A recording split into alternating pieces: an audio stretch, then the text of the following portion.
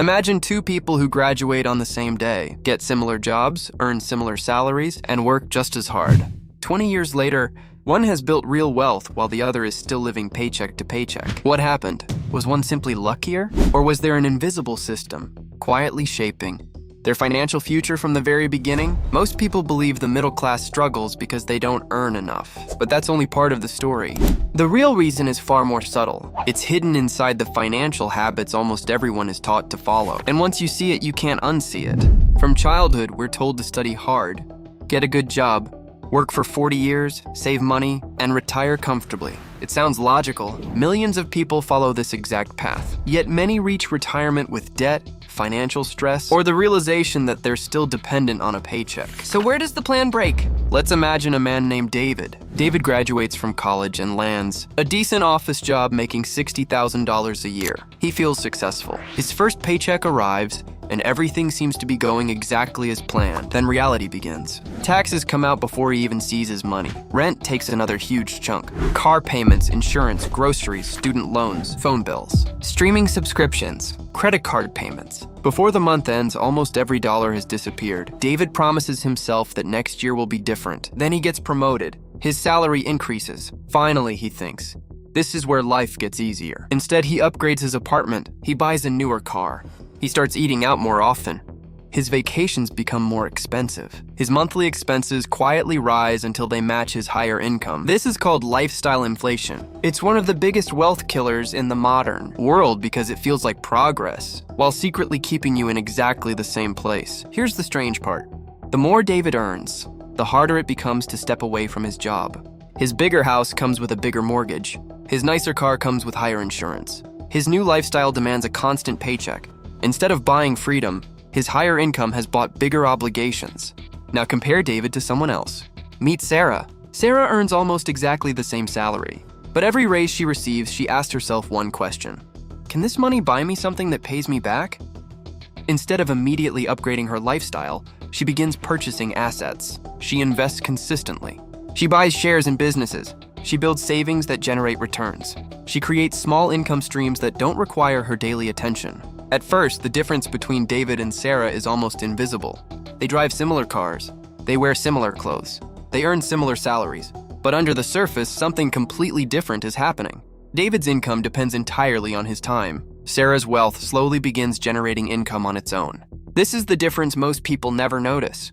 The middle class is taught to focus on income. The wealthy focus on ownership. Think about it this way. Imagine carrying buckets of water from a river every single day. That's earned income. Now imagine spending time building a pipeline. Building the pipeline is harder in the beginning, but once it's finished, water keeps flowing whether you're carrying buckets or not. Assets work the same way. They require patience before they begin producing results. Most people quit because nothing seems to happen during the early stages. The wealthy understand that the hardest part is often the beginning. Now here's another trap. Many people believe saving money alone creates wealth. Saving is important, but if your money simply sits still while inflation quietly reduces its purchasing power. Year after year, you're running on a treadmill. You feel like you're moving forward, but financially, you're standing almost exactly where you started. That's why wealthy people don't ask, how much money do I have? They ask, how many assets are working for me while I sleep? That single question changes everything. There's another invisible habit that quietly separates the middle class from the wealthy. Most people spend first and invest what's left.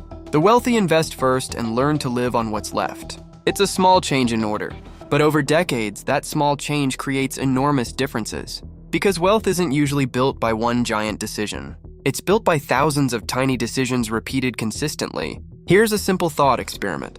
Imagine receiving an extra $500 every month for the next 20 years. One person spends it immediately on lifestyle upgrades. Another invests it consistently into productive assets. At first, their lives look almost identical. 5 years later, still similar. 10 years later, the difference becomes noticeable. 20 years later, they appear to be living in completely different financial worlds. Not because one worked harder, because one allowed time to work alongside money. This is why so many people feel trapped. They're climbing the income ladder while ignoring the wealth ladder. Income can stop. Assets can continue. Jobs create cash flow. Ownership creates leverage. The middle class often works harder to earn more money. The wealthy often focus on making every dollar they already own work harder. Neither path guarantees success. Building wealth always involves risk, discipline, patience, and continuous learning. There are no shortcuts. There are no guaranteed outcomes. But understanding the difference between earning money and building wealth changes the questions you ask every day. Instead of asking, how can I make more money? You begin asking, how can today's money create tomorrow's income? That single shift can completely change the direction of your financial life. Because the goal was never to collect the biggest paycheck. The goal was always to build a life where your paycheck is no longer the only thing keeping your future alive. And maybe the biggest financial trap isn't that the middle class works too hard.